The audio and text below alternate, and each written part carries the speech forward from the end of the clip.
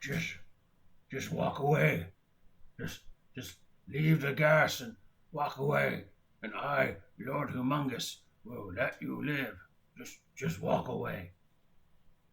Anyone? Hello and welcome. I am your grumpy guide to all things gaming, the OGGM, continuing our deep dive into this wonderful little game, Atomic Highway, post-apocalyptic role-playing from Colin Chapman. A little ironic that I'm talking about post-apocalypse role-playing games, considering the state of the world. I mean, California is on fire, and we're having earthquakes.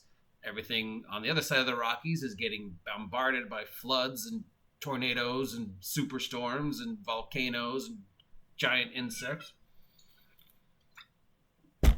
So political unrest and a crazy election year. So yeah, seems sort of ironic. So let's talk about a little about this specific genre of post-apocalypse, because we know there's a couple different genres of post-apocalypse. These zombie apocalypse, very popular for the last few years. Then we sort of have the wacko gonzo gamma world apocalypse, where everybody's a mutant and has 3 or 4 different mutations. And then we have the Mad Max sort of quasi-realistic, but not really, post-apocalypse, where everything is just endless desert.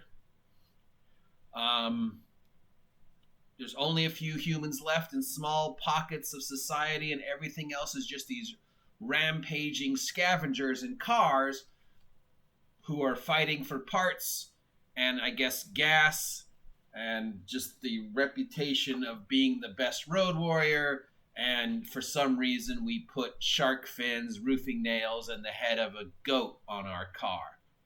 And we all love the scene in Fury Road when they're having the big chase, and there's the guy with the guitar swinging, and he's got the flame-throwing guitar, and behind him there's a wall of speakers that are just blaring out music to, it's the idea of inspiring Joe's troops to be more, intense and more rugged, like this just bounding heavy metal behind them. But really,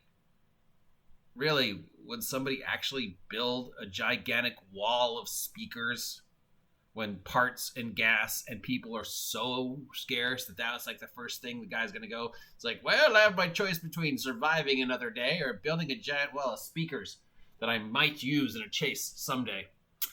Yep, we're going to vote for number 2. But to understand that, you have to understand the genre of the time period where this type of post-apocalypse idea came out. We're talking late 70s, early 80s. We're talking, this is a very United States idea. Very car culture, very late 70s, early 80s concept of what the apocalypse would be like, The bombs were going to drop in the early 80s. These guys are running around in the year 2025. Everything's a desert. Everything's just cars. Because that's the mindset that was going around when these movies came out that inspired Atomic Highway. And I'm not just talking Mad Max, which is obviously the most obvious reference to this style. Mad Max Thunderdome, for most of us, and Mad Max Road Warrior and Fury Road, for most of us, gives us that idea of just bleak desert, tricked out cars, non-stop chases, heavy metal pounding, and for some reason the bad guys are wearing, football things and with roofing nails on it. Why? We don't know, but that's what they're wearing. Not that that's going to protect you from the sun or anything, but it looks menacing.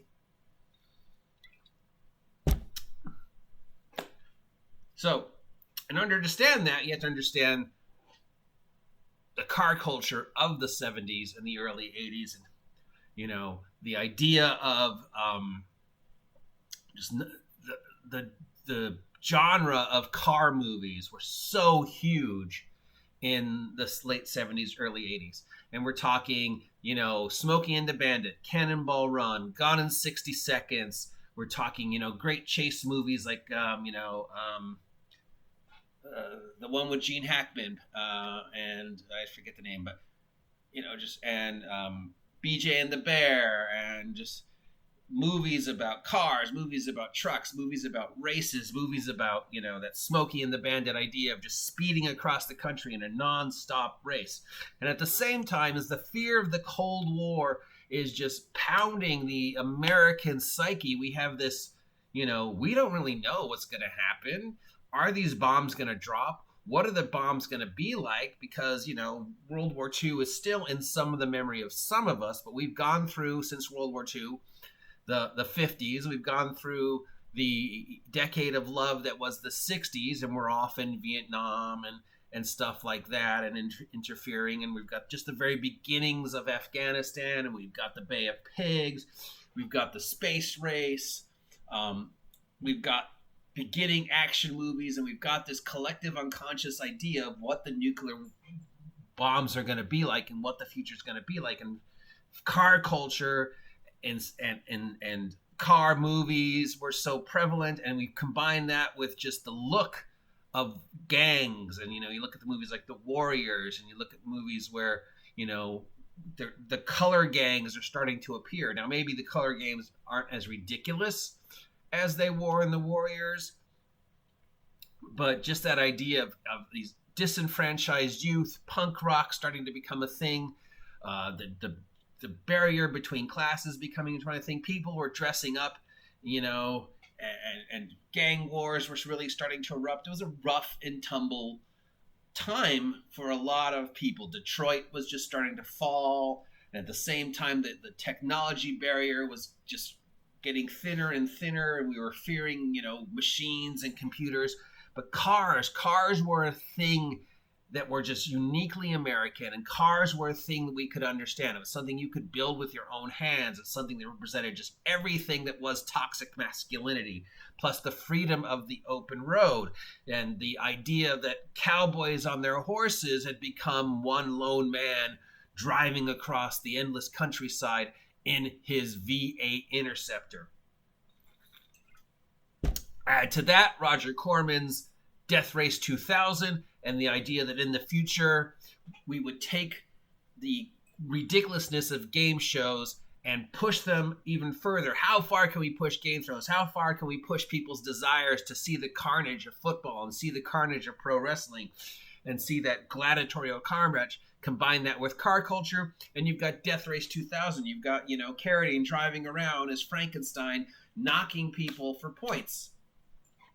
Add that to the beginning of video games and latchkey kids and gangs and car culture, and the 70s becoming the 80s, and punk becoming a thing, and gang culture, and the fear of the Cold War here in the United States, and our love for building things with our own hands, that rugged male, toxic masculinity, alpha male, survive at any cost, keep the women and children safe, I am the last cowboy mentality, created the idea that this is what the future would be.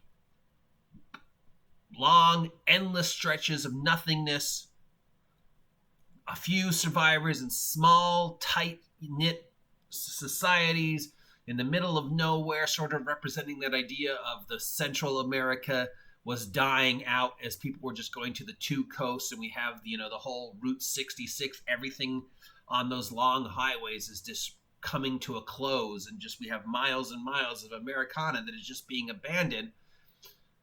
And you have this, you have the atomic highway, you have the idea of this apocalypse. So there you go. And this would of course lead us into the zombie apocalypse, which is a completely different thing I would talk about in a different vlog to understand why that mentality came to be.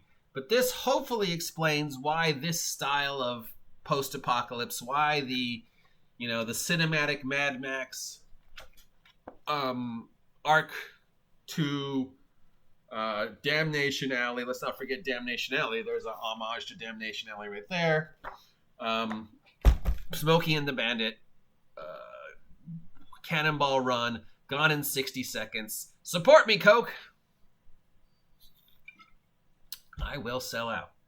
Americana car chase idea combined with the fear of the Cold War combined with just, the bleakness of what we thought the future was going to be in the late 70s, early 80s, and punk and gang culture and just everything about that time period created that Mad Max future, which of course led to games like Car Wars, which will led to this. So thank you, Colin Chapman, for Atomic Highway, a love letter to Mad Max Fury Road, Death Race 2000 style of post-apocalypse. Next episode, we will get into the system, the V6 Victory 6D6 system of Atomic Highway, and see if that's something that can be hacked to other games or not. And then we'll talk about a different game, probably zombies, because it'll be Halloween soon. If you appreciate this content and want to see more, please like, please share, please subscribe, please hit that notification button so you're always informed on the next OGGM adventure. If you are feeling generous, please consider supporting me, because remember, this is my only job right now. And I will talk to you later. Just walk away. Just walk away. Just leave the petrol and walk away. Go, my road warriors. Move, what a rush.